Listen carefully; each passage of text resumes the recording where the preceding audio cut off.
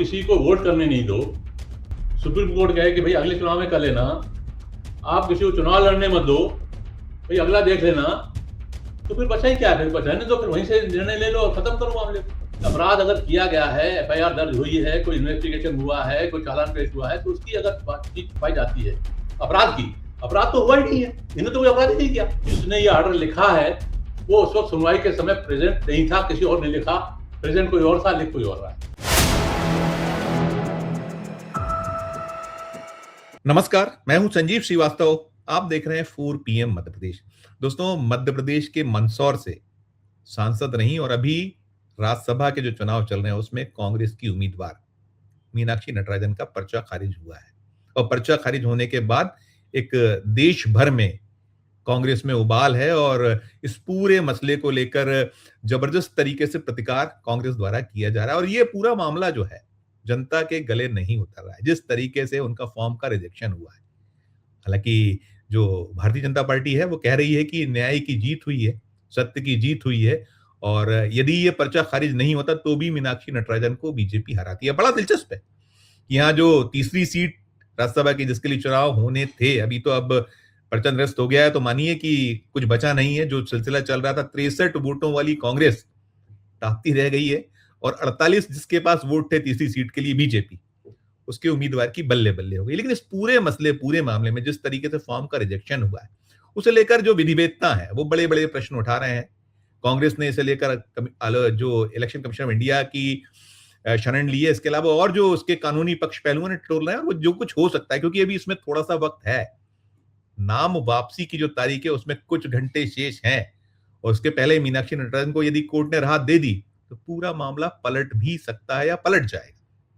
तो जो पूरा अब तक का घटनाक्रम है, ये जो मंगलवार देर शाम इस पर्चे को खारिज किया गया, तो उसके बाद से जो कुछ चल रहा है, जो चीजें निकल कर रही हैं, जो आदेश है रिटर्निंग ऑफिसर जो मध्य प्रदेश राज्य विधानसभा के प्रमुख सचिव हैं उनका, तो इसी सब पर बातचीत करने के लिए चलेंगे एक बेहद बेहद खास मेहमान के पास। मैं चाहूंगा जुड़ गए हैं, पहचान लिया को आपने, आप हैं मध्य प्रदेश राज्य विधानसभा के पूर्व प्रमुख सचिव भगवान देव इसरानी जी, और हम आपसे निरंतर बात करते हैं एक विधिवेत्ता के तौर पर। और चूंकि जो इसरानी साहब, इन्होंने बहुत सारे राज्यसभा या जो और भी इस तरह के चुनाव होते हैं उनको इस पद पर रहते हुए कराया है।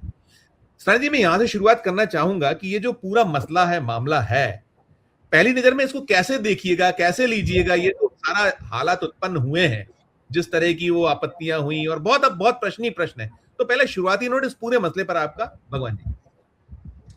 देखिए संजीव जी, ये जो आदेश जारी हुआ है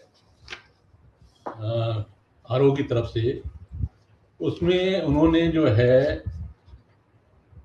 हस्त पुस्तिका, जो हैंडबुक मिलती है हमको, चुनाव आयोग दिल्ली की तरफ से हैंडबुक मिलती है जिसमें चुनाव कराने के पूरे डिटेल निर्देश होते हैं। उस हैंडबुक का अध्याय 6 है स्क्रूटनी का। स्क्रूटनी के बिंदु 10/13 का उन्होंने उल्लेख करते हुए इसको रद्द कर दिया कि भाई उसके कारण से ये रद्द होता है। और ये आरोप लगाया कि जो आपराधिक प्रकरण आप पे कायम था और आपने उसको तथ्य को छिपाया, कोर्ट उसका संज्ञान ले चुकी थी।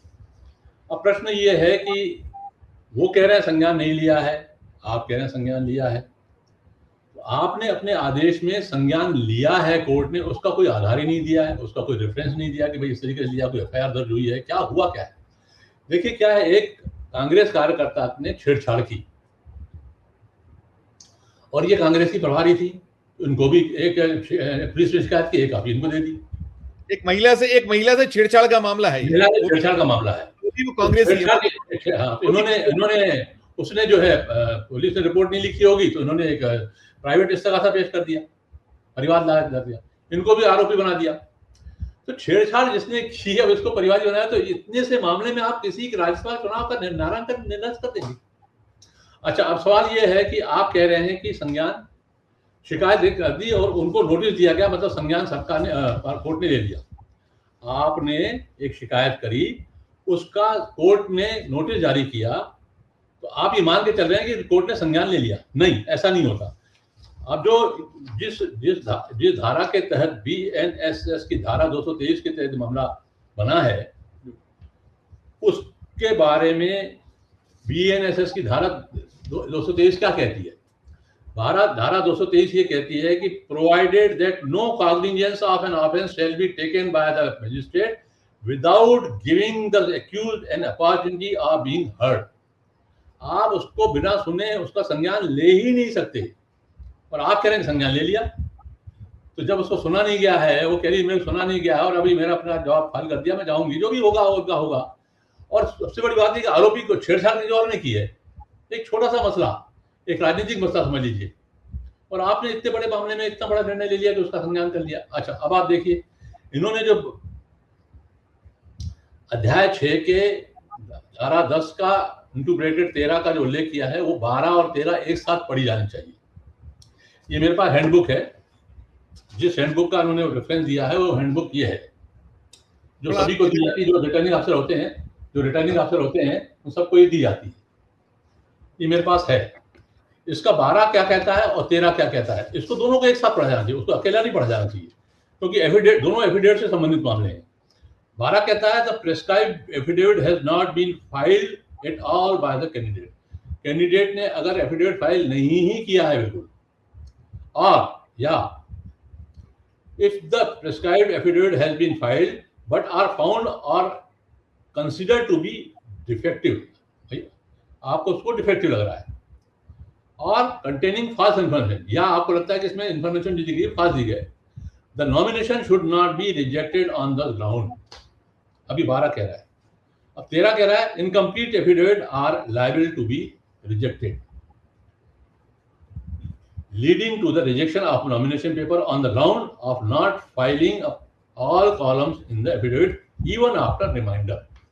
अब अगर उन्होंने एफिडेविट फाइल नहीं किया है या कुछ कॉलम छोड़ दिए हैं, तो आपका ये दायित्व है कि आप उसको रिमाइंडर दीजिए। उसके बाद अगर वो फाइल नहीं करते हैं, वो कॉलम नहीं भरते हैं, तो आप उसको रिजेक्ट कर सकते हैं। ये दोनों को एक साथ पढ़ा जाना चाहिए, और इन दोनों को एक साथ ही उन्होंने रखा है। चुनाव आयोग ने भी इन दोनों को बिल्कुल एक साथ रखा है कि आप एक साथ पढ़िए इसको। अब आप कह रहे हैं कि अब इसके बाद इसी अध्याय का मैं देखिए, हर बार जो है चुनाव आयोग एक बात कह रहा है कि भाई छोटे छोटे मसलों में आपको रिजेक्ट मत करिए। अध्याय 6 का 6 क्या कहता है, देखो, there is a presumption that every nomination paper is valid unless the contrary is prima facie obvious और has been made out. In case of reasonable doubt as to the validity of the nomination paper, the benefit of such doubt must go to the candidate concerned। बिल्कुल, benefit of doubt. जी जी जी जी। अच्छा, अब आप 9 पे आ जाइए। अब एक 6 पढ़ा मैंने, अब 9A, do not reject any nomination paper on the ground of any defect which is not of the substantial character, any mistake or error of a technical or clerical nature should therefore be ignored by you। 6 ने क्या कहा, 9 ने क्या कहा, 12 ने क्या कहा, 13 कह रहा है कि भाई आप नोटिस दे दीजिए, अगर नहीं भरता है, अगर तो नहीं भरता तो आप दे दीजिए। मतलब क्या होता है, देखो संजीव जी, इसमें एक बात है, हमने जो चुनाव कराए हैं, मैं अपने आप को एक्सपर्ट नहीं मानता, लेकिन मैं ये तो मानता हूँ कि मैंने कई चुनाव कराए हैं, और ये हैंडबुक मेरे पढ़ी हुई है, अच्छे से पढ़ी हुई है, थोड़ा संविधान के बारे में भी थोड़ी बहुत जानकारी है। आपके दौर में कभी कोई ऐसे इस तरह की स्थितियां निर्मित कभी नहीं हुई? तमाम भाई हमारे सामने विनोद घोटिया का आखिरी चुनाव हुआ था, जब वो बीजेपी ने कैंडिडेट खड़ा किया था। उनकी फॉर्म में भी बहुत गलतियां थी, बहुत सारी मिस्टेक थी, छोटी मोटी गलतियां थी, और लंबा आर्गुमेंट चला था। यही अजय गुप्ता, निखा जी, बड़े बड़े वकील, तनखा जी वगैरह सब खड़े होकर के उन्होंने आर्गुमेंट किया था। हमने उस फॉर्म को रिजेक्ट नहीं किया, क्योंकि छोटी मोटी गलतियां को देख करके आप देखिए, इस पूरी हैंडबुक की, या जो ये जो अपना स्क्रूटनी है, इसका सार ये है कि कोशिश ये की जानी चाहिए कि कैंडिडेट को चुनाव लड़ने से रोका न जाए। आप तो रोकने में लगे, जो है नहीं फैक्ट। अब बीएनएस कह रहा है कि संज्ञान आप ले ही नहीं सकते जब तक उसको सुना न जाए, आपने क्या संज्ञान ले लिया। आप लिख रहे हैं कि अब आपने उसमें इसका बड़ा वो लिख दिया, ऐसे जैसे कि बहुत बड़ी अपराधी, उसने कोई 2 साल का सजा हो गई उनको। आपने अपने आदेश में एक बहुत बड़ी बात और लिख दी जो नहीं लिखना चाहिए थी। अब आप लिख रहे हैं, एक तो आप उसको प्रतिवादी कह रहे हैं, प्रतिवादी नहीं है, वो आरोपी है या अभियुक्त है, क्योंकि आरोप है, आधार है, तो आपको सिविल और क्रिमिनल मामलों में समझ आना चाहिए। फिर आप लिख रहे हैं कि धारा 300 प्रस्तुत अभिलेख में दावा निजी परिवाद में जो भारतीय न्याय संहिता की धाराएं लगाई गई हैं, उनका उल्लेख किया गया है, उसमें धारा 356 का भी उल्लेख है। धारा 356 भारतीय न्याय संहिता में 2 वर्ष तक की सजा दी सकती है, 2 वर्ष तक की सजा दी जा सकती है, लेकिन इनमें तो अभी संज्ञान ही नहीं लिया गया है। आप इसका उल्लेख क्यों कर रहे हो? अगर 2 वर्ष की सजा, अब जैसे राजेंद्र भारती का केस है, उसको 2 वर्ष की सजा हो गई, उसका केस, उसकी सदस्यता चली गई, लेकिन उसके ऊपर उसकी जांच तो चली। जब वो चुनाव लड़ रहा था तब जांच तो चल रही थी, तो उसका मतलब उसका नॉमिनेशन रद्द होना चाहिए था। क्यों नहीं हुआ? क्योंकि ऐसा नहीं होता, ऐसा नहीं होता। और इसमें तो ये आरोपी नहीं है, आरोपी छेड़छाड़ करने वाला कोई और, इनको एक नोटिस दे दिया, एक नोटिस दे देने से मात्र से आरोपी अपराधी हो गया। भाई अपराध अगर किया गया है, एफआईआर दर्ज हुई है, कोई इन्वेस्टिगेशन हुआ है, कोई चालान पेश हुआ है, तो उसकी अगर चीज छुपाई जाती है अपराध तो हुआ ही नहीं है, इन्होंने तो कोई अपराध ही नहीं किया। तो आप अपराध की सूचना देने की बात कर रहे हो, तो अपराध तो हुआ ही नहीं, तो अपराध की सूचना कैसे दे देगा वो? और चलो हो भी, आप कह रहे हो कुछ कमी छोटी मोटी रह गई है, उन्होंने भाई चल छूट गया, तो आपका निर्देश तो आपको कह रहे हैं कि छोटी मोटी गलतियों को आप इग्नोर करिए। अच्छा, एक बात और सुन लीजिए, फिर आपको जो पूछना पूछ लीजिएगा। कल झारखंड में भी चुनाव थे। यस, मैं पूछने वाला था जी। झारखंड चुनाव में एनडीए प्रत्याशी का नामांकन को होल्ड पर रख दिया गया, उसको आज 11 बजे तक का समय दिया गया है। क्यों भाई? उसका नामांकन के लिए आपने उसको 11 बजे तक का समय दे दिया सुधारने के लिए, और इसको तत्काल 3 बजे सुना, 4 बजे सुना और 6 बजे खत्म। ऐसा क्या अपराध है उसका?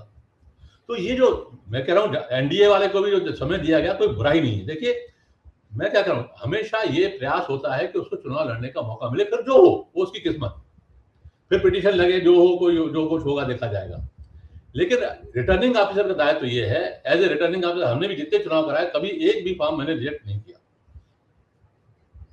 छोटे मोटे होते रहते हैं। तो ये जो किया गया है, आप झारखंड में अलग निर्णय ले रहे हैं, यहाँ पे अलग निर्णय ले रहे हैं, और जो आधार ले रहे हैं। दूसरी बात, एक बात और कहता हूँ, जो आधार, इनने जो नोटिस, इन्हें जो आदेश जारी किया है, जो आदेश इनका है, इसमें उन्होंने जो बीजेपी प्रत्याशी हैं या बीजेपी के जो आर्गुमेंट हैं, उसका पूरा हवाला दिया है। रजनीश कुमार अग्रवाल का दिया गया, अभ्यर्थी का, रोहित कुमार शर्मा, जस्टिस रोहित आर्या महेश केवट के लिए उन्होंने करा है, उसका पूरा दिया है। लेकिन इसके पक्ष में, पीड़ित के पक्ष में, जिसके पक्ष में सबसे ज्यादा ध्यान दिया जाना चाहिए आरोप को, पीड़ित के पक्ष में जो आर्गुमेंट दिए गए हैं, जो एप्लीकेशंस दी गई हैं, जो कागजात दिए गए हैं, उसका इसमें उल्लेख ही नहीं है बिल्कुल। कायदे से जितने बिंदु उठाए हैं, कायदे से पीड़ित ने जितने बिंदु उठाए हैं, उसका एक एक का जवाब इस स्पीकिंग ऑर्डर में होना चाहिए।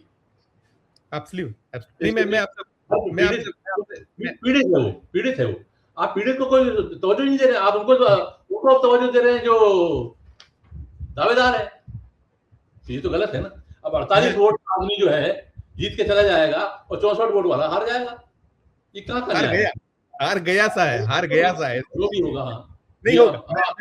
मैं अपने दर्शकों को, जो वो अरविंद शर्मा, रिटर्निंग ऑफिसर, जो मध्य प्रदेश राज्य विधानसभा के प्रमुख सचिव हैं, जिस पद पर आप रहे हो और आपने बहुत चुनाव कराए, तो 2 पेज का ऑर्डर केवल एक सिंपल दिखाता हूं, और उसमें कुछ 2-3 चीजें वो भी आपसे ध्यान खींचते हुए सवाल करूंगा। पहले तो ये देखिएगा, 2 पेज का ये ऑर्डर था। इस 2 पेज के आदेश में एक जो इन्होंने ये कहा है कि शपथ पत्र जो है मीनाक्षी नटराजन का, उसके पृष्ठ क्रमांक 5, 6 एवं 7 पर अंकित सत्यापन मोहर अपूर्ण एवं अस्पष्ट है। क्या बचकाना, मतलब जो आप कह रहे हैं कि आप कितनी बड़ी बड़ी चीजें आपने झारखंड में आपने छोड़ा, आप उसकी मोहर पे एक आपत्ति आई, फिर आप उसके जो बाकी चीजों को उठा रहे हो कि ये नामांकन पत्र भाग बी, भाग ए और परिसंपत्तियों के मूल्य परस्पर मेल नहीं खाता, दोनों कुल योग में अंतर है। अब आप देखिए, जो आपके मैलाफाइड इंटेंशन कहीं दिखता है कि आपने एक मन बना लिया। और दूसरी चीज जो इसमें सारे इसका जो कहीं निचोड़ निकला है, निचोड़ में बहुत ध्यान से आप ये दर्शकों को बताना चाहूंगा, आपके पास तो है ही वो आदेश। इसमें ये कह रहे हैं अरविंद शर्मा, जो निर्वाचन अधिकारी हैं मध्य प्रदेश के, जो ये राज्यसभा चुनाव चल रहे हैं, मध्य प्रदेश राज्यसभा निर्वाचन में उम्मीदवार अभ्यर्थी के रूप में सुश्री मीनाक्षी नटराजन द्वारा दायर नामांकन पत्र फॉर्म 26 में शपथ पत्र में उन्होंने उक्त न्यायालय परिवाद उल्लेख नहीं करके अपना शपथ पत्र अपूर्ण प्रस्तुत किया, यह सिद्ध पाया गया। अगला वो पॉइंट लिखते हैं, दूसरा पॉइंट इनका कि सुश्री मीनाक्षी नटराजन विरुद्ध दायर इस परिवाद का माननीय न्यायालय ने संज्ञान लिया है, सुश्री मीनाक्षी नटराजन को हाजिर होने के लिए समन भी जारी किया, अतः प्रकरण न्यायालय में प्रचलित सिद्ध पाया गया। तीसरा वो लिखते हैं, सुश्री मीनाक्षी नटराजन द्वारा उक्त प्रकरण माननीय न्यायालय के समक्ष अपना जवाब दावा भी दाखिल किया है, अतः उन्हें इस प्रकरण की जानकारी सिद्ध होना पाया गया है। और 26 में जानकारी छुपाई, मतलब जो जो जो पॉइंट्स उठाए गए थे तमाम, और वही आपने कहा 10-13 का उन्होंने वो जो हस्त पुस्तिका का उल्लेख करते हुए उसको खारिज कर दिया। अब कुल मिला के यहां भी बहुत जितनी आपत्ति है देखिए, और उसके साथ में एक और आपत्ति बड़ी घनघोर आई थी, जिसमें बाद में ये भी निकल कर आया है कि जो वो मध्य प्रदेश भारतीय जनता पार्टी के महामंत्री हैं, उन महामंत्री महोदय राहुल कोठारी, वो किस हैसियत से इसमें शामिल हुए, तो उनकी उसमें यह भी है कि पहले उन्होंने खुद ने सीधी उनकी आपत्तियों का इसमें उल्लेख 1 से 6 उनके भी बिंदु हैं, और उसमें कहीं बाद में उनकी शिकायत में नाम जोड़ा गया केवट का। ये क्या इस तरह की चीजें ये आप तक आई है, पहुंची है क्या? इसको लेकर क्या हो, ये क्या कर सकते हैं, इंटरवीन कर सकते थे?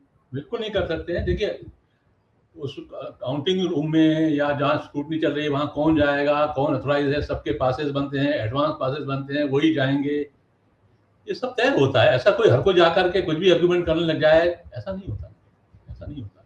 मैं कह रहा हूँ ना, ये छोटे छोटे मसलों को इस तरीके से उठा करके और इस तरीके से आप न्यायालय में चलना मात्र, न्यायालय में शिकायत आपने की, परिवार दायर किया, ठीक है, तो इतना इतना मात्र जो है आपका आधार बन गया कि आप किसी को चुनाव से वंचित कर दें, तो ये तो बहुत बड़ा, यानी फिर तो सिस्टम ही खत्म हो जाएगा। आप तो किसी का भी चुनाव रद्द कर दिए।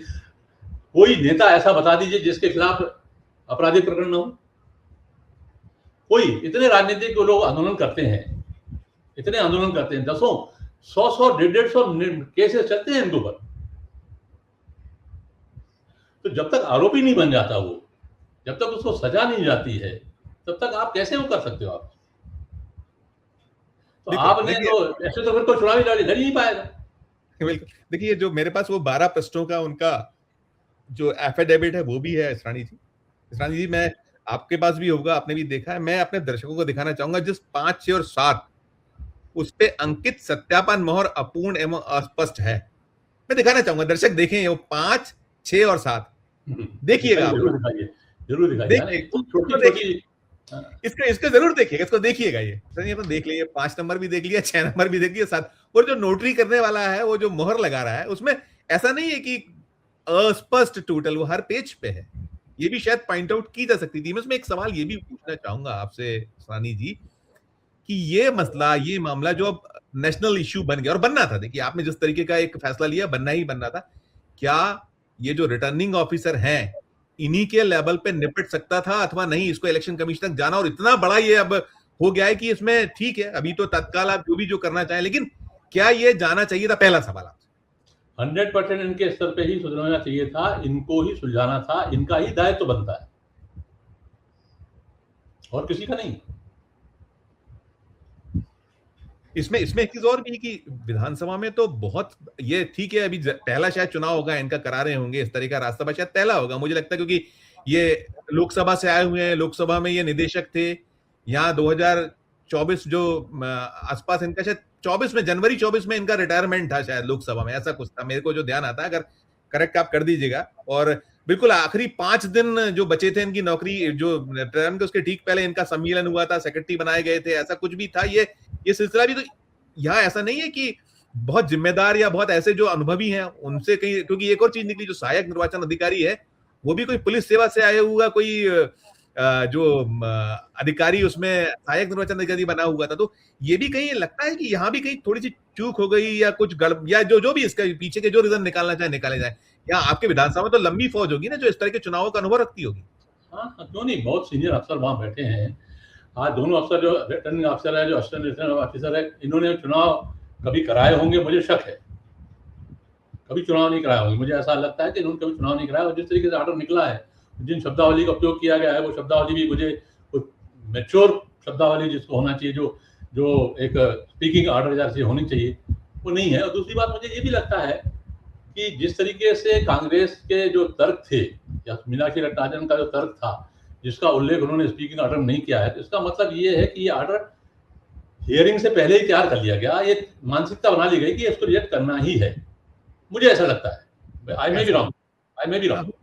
तो इस तरीके से अगर आप बना लोगे, और अगर कोर्ट अगर आपको कोई स्ट्रक्चर पारित कर देगा, क्या, देखिए मुझे पीड़ा इस बात की है, हम उस विधानसभा से पले बढ़े लोग हैं, हम इस विधानसभा से पले बड़े लोग हैं, नहीं, बड़ा इसके इसके बड़ा गौरवमयी इतिहास है बहुत यहाँ जो है। गौरवमयी इतिहास रहा है, बहुत गौरवमयी इतिहास रहा है। और आज ये दाग हमारे अगर विधानसभा में लगता है तो हमारे लिए भी शर्मिंदगी की बात है। नहीं बिल्कुल। लेकिन इसमें अब जैसे हो रहा है कि इसमें 3 विकल्प शायद हैं जो मैंने बात की थी, आपसे भी एक आध बार बात हुई थी और बाकी भी मैंने जो टटोलने की कोशिश की उसमें ये आ रहा है, गए इलेक्शन कमीशन ऑफ इंडिया का दरवाजा उन्होंने खटकाया, हाई कोर्ट चले जाए, और तीसरा ये है कि चुनाव हो जाए, उसके बाद जो जीत हार के बाद वो पिटीशन दायर करें, उसके बाद फैसला होगा। क्या क्या ये यही विकल्प है कि कुछ और भी इसके बीच की कुछ संभावना है, देखते हैं आप? नहीं, देखिए, अगर हो सकता है कि चुनाव आयोग इसमें इंटरवीन करे, मुख्य चुनाव आयोग जो है इंडिया के, अगर उनसे मिलने आज कांग्रेस प्रतिनिधिमंडल जा रहा है, हो सकता है वो इंटरवीन करे। अगर वो इंटरवीन मिल लिया जो हम आप रिकॉर्डिंग के वो क्या निर्णय लेते हैं वो तो सब में बताएगा। लेकिन एक बात, इसके बाद अगर जा रहा है तो सुप्रीम कोर्ट का ही है। अगर ये न्याय नहीं मिलता यहाँ, अगर वो इंटरव्यू नहीं करते हैं या कुछ ऐसा नहीं होता, फिर वो तो चारा सुप्रीम कोर्ट का ही है। तो सुप्रीम कोर्ट में इलेक्शन पिटीशन दायर होगी, अब उसका निर्णय 6 महीने में हो, साल भर में हो, 1.5 साल में हो। लेकिन एक बात है, इसके पहले इस ऑर्डर को कहीं चुनौती दी जाए, आरओ के फैसले को चुनौती तो अभी दी जा सकती है ना, इस पे कुछ दी जा सकती है। लेकिन चुनाव, अब ये सुप्रीम कोर्ट कह सकता है कि भाई एक तो ये है कि इतना ब्लेंटेड ऑर्डर है ये, जिसको बिल्कुल देखा जाना चाहिए, मतलब तुरंत देखा जाना चाहिए और हस्तक्षेप किया जाना चाहिए। लेकिन कहीं सुप्रीम कोर्ट ये कह सकता है कि भाई देखिए, कानून तो ये कहता है कि आप चुनाव याचिका दायर करिए, तो वो ये भी कह सकता है। दोनों विकल्प उनके विवेक पे है, अब ये जज के विवेक पे है। अब सुप्रीम कोर्ट की छुट्टियां चल रही हैं, हाई कोर्ट की छुट्टियां चल रही हैं। स्पेशल कोर्ट्स लगती हैं इसरानी जी। अभी एक बात खास ये भी है कि जो इसमें मैं जो पढ़ रहा था या पा रहा था, देख रहा था नियम कायदे, इसमें ये कि अभी जो नाम वापसी उसमें कुछ घंटे शेष हैं, कुछ 48 घंटे के आसपास कुछ, या जो जितना जो बचा वक्त है उतने शेष हैं अभी। तो इस दरमियान यदि कोई इनको राहत मिल जाए, इनको लड़ने के लिए राहत दी जा सकती है। और इसके अलावा अभिषेक मनु सिंघवी ने जो कहा, इसको भी आप, जो उन्होंने कहा 2 और 2 5 तो हमने सुना था, लेकिन 2 और 2 7 बना दिया मध्य प्रदेश का जो मसला है। क्या कहेंगे इस पे? सिंघवी जी की टिप्पणी सही बात है, बिल्कुल बात सही है। देखो ना, आपने जो 5 6 7 पढ़ के सुनाया, और जो मैं 10 13 और 10 12 पढ़ के सुना रहा हूँ, जो मैंने आपको 6 6 6 9 सब पढ़ के सुनाया, इसमें मतलब ये कतई मतलब समझ में आने वाली बात नहीं है कि आखिर ये ऐसा क्यों किया गया। ये तो समय बताएगा, आप जब बातें खुलेंगी, बातें तो खुलेंगी। इसके पीछे आपको क्या कोई, जैसे आपने कहा कि कुछ, क्या आपको, आपने लिखा ही क्या वैसे तो, कि कहीं पहले से ऑर्डर तैयार था, ऐसा आपको कहीं विदित, आप कहीं आपका ये जिस तरीके से मुझे लग रहा है कि जिस तरीके से उन्होंने आर्गुमेंट लिखे नहीं है, कोई षड्यंत्र है, ये कोई षड्यंत्र है, ऐसा भी इसको इस तरीके से। अब देखो आने वाला समय बताएगा, क्योंकि देखो जिस तरीके से आर्गुमेंट जो कांग्रेस ने किए हैं वो लिखे नहीं गए हैं। इसका मतलब 2 हो सकते हैं, एक तो ये ऑर्डर पहले से लिखा जा चुका था, दूसरा जिसने ये ऑर्डर लिखा है वो उस वक्त सुनवाई के समय प्रेजेंट नहीं था, किसी और ने लिखा, प्रेजेंट कोई और था, लिख कोई और रहा है। तो काफी चीजें मतलब गचपच है इसमें, मतलब काफी चीजें कन्विंसिंग नहीं है। वो मैंने कहा ना कि वो समय बताएगा कि क्या है, वो तो बातें तो खुलेगी। इसमें विवेक तनखा साहब की टिप्पणी बड़ी तलखियत भरी थी। वो जो मध्य प्रदेश के महाधिवक्ता रह चुके हैं, राज्यसभा के सदस्य हैं, सुप्रीम कोर्ट में भी वो प्रैक्टिस करते हैं, मध्य प्रदेश तो है ही है मामला, और एक जाने माने एडवोकेट हैं। तो उन्होंने कहा है कि अब तक तो ये था कि वोट चोरी हम सुनते थे, अब तो सीट चोरी होने लगी। क्या ऐसा इसको, अब ये भी आपके लिए, जो क्योंकि आप कह रहे हैं कि उस इंस्टीट्यूशन के आप सर्वा रहे हैं, तो जो पीड़ा है, दर्द है, दुख है, तो ये भी कहीं चुभ रहा होगा आपको कि सीट चोरी होगी। फिर बचा ही क्या भाई, फिर बचा ही क्या? आप किसी को वोट करने नहीं दो, सुप्रीम कोर्ट कहे कि भाई अगले चुनाव में कर लेना, आप किसी को चुनाव लड़ने मत दो, भाई अगला देख लेना, तो फिर बचा ही क्या? फिर बचाने दो, फिर वहीं से निर्णय ले लो और खत्म करो मामले को। भाई मैंने क्या कहा, कितने केसेस हर विधायक पे रहते हैं, नेताओं पे रहते ही रहते हैं, वो नेता ही क्या जिसपे केस नहीं है, और एक आध छूट गया तो कितना बड़ा अपराध हो गया। अव्वल तो छूटा नहीं है, अव्वल तो उन्होंने छोड़ा नहीं है, क्योंकि अपराधिक प्रकरण है ही नहीं, अपराध किसी और ने किया है, इनको एक कॉपी दे दी गई, इनसे भी पक्ष सुना जा रहा है, संज्ञान लिया नहीं अभी कोर्ट में, एफआईआर दर्ज हुई नहीं है इनके खिलाफ, अपराध हुआ नहीं है। इसके बावजूद आपने जो है उसको बिल्कुल से अपराधी मान करके ऐसा मान लिया कि बिल्कुल अब 2 साल के लिए किया जाता है उसको तो आपने 6 साल के लिए आउट कर दिया। इसमें जो आप अभी कर रहे थे, देखिए इनके जो विकल्पों की हम बात करते हैं, और एक वो भी है न्याय प्रक्रिया में प्रणाली को लेकर कहा था, लेट जस्टिस डिनाई जस्टिस वाला जो एक वो जो फ्रेज है, तो आप ये मानिएगा या मानते हैं आप इसको, ये प्रतीत होता है कि भले ही आज तत्काल तौर पर मीनाक्षी नटराजन को, देखिए इलेक्शन कमीशन ऑफ इंडिया का जो रोल है हम देख रहे हैं, अगर उसको, मुझे लगता है कि इतना बड़ा फैसला अरविंद शर्मा ने अपने स्तर पर तो नहीं लिया, उसने निश्चित तौर पर क्लियरेंस तो उन्होंने ली ही ली होगी, ऐसा मुझे लगता है। अंदर की क्या है, क्योंकि अभी तो कुछ खुल के बाहर आ नहीं रहा है। देखिए, चुनाव आयोग से कोई संपर्क हम लोग का नहीं होता है। हम लोग हर निर्णय से उनको अवगत कराते हैं, लेकिन निर्णय लेने से पहले उनसे नहीं करते हैं। उनसे हमारा कोई संबंध नहीं होता कि हम उनसे राय लें कि साहब से हम क्या करें। तो आप अपने विवेक से निर्णय लीजिए। आपको नियम कायदा दिया गया, आपको हैंडबुक दी गई है।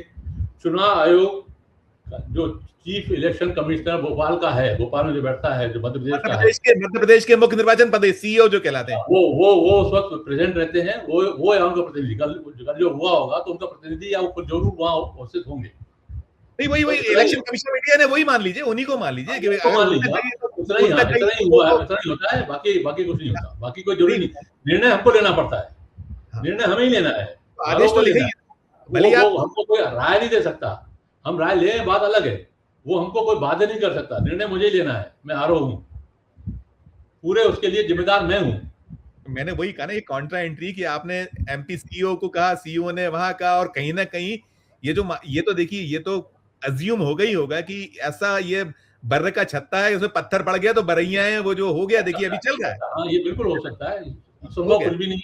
नहीं तो इसका आखिरी प्रश्न मेरा यही होगा कि ये कोर्ट में फर्दर आगे, ठीक है आज की तारीख में जो कुछ है, लेकिन जब ये पूरी तरीके से इसको सुना जाएगा, इस पे कंप्लीटली आएगा, अगर तो हो सकता है अगर इनके बुद्धि आ जाए, विवेक आ जाए और हो जाए और इसको अभी मिल जाए, तो इसको हार जीत ना माने, एक लोकतंत्र की जो स्वस्थ परंपरा है उस पे आए, आप संविधान को बचाना है उस पे आए, वो लेकिन हो नहीं रहा है। लेकिन इन सबके बीच ये अंतिम जो प्रश्न है मेरा, कोर्ट में आगे चल के टिक पाएगा कभी? ये जैसे फैसले है ना, 6-6, 8-8 साल बाद आए, 5 साल बाद आए, 10 साल बाद आए। नहीं, ये 6 साल 5 साल वाला नहीं है। ये मामला गंभीर है, ये ज्यादा देर लंबा नहीं चलेगा, और ऐसा मुझे लगता है कि टिक नहीं पाएगा, सेटिस्फाइड हो जाएगा। बहुत बहुत शुक्रिया, क्योंकि अभी तो यही चल रहा है, अपनी बुद्धि जितनी काम करती है उस बता रहा हूँ।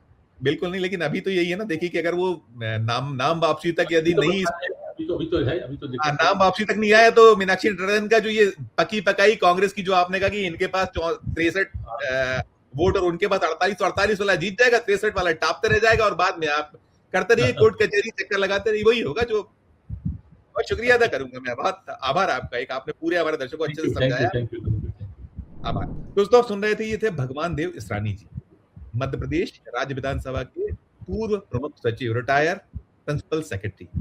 पूरी बारीकियां, अनेक चुनाव करा, वो स्पष्ट कर रहे थे कि ये मसला इसी लेवल पर जो रिटर्निंग ऑफिसर हैं अभी मौजूदा, जिनके हस्ताक्षरों से अरविंद शर्मा जी यही इसको प्रॉपरली हैंडल करते, तो ये स्थिति नहीं है। लेकिन इसमें अब जो कहीं कह रहे हैं, ये भी उन्होंने जो दर्शाया कि ऑर्डर तो शायद पहले ही लिखा जा चुका था, ऐसा प्रतीत हो रहा है। तो आप कल्पना करिए कि क्या चल रहा है इस वक्त, जो मोदी और शाह का दौर है, इलेक्शन कमीशन ऑफ इंडिया है, पूरी व्यवस्था है, वो कहां आके टिकी हुई है, खड़ी हुई है। पूरी चर्चा को सुनने के बाद आपकी अपनी जो राय हो, आपकी अपनी जो टिप्पणी हो, जरूर हमारे इस वीडियो के कमेंट बॉक्स में जाकर कीजिएगा, और अच्छी लगे हमारी चर्चा तो चैनल को लाइक कीजिएगा, सब्सक्राइब कीजिएगा, ज्वाइन का बटन दबाइएगा तो हमारी हौसला अफजाई होगी। प्यार और बनाकर देखते रहिए 4 PM न्यूज नेटवर्क। धन्यवाद, नमस्कार।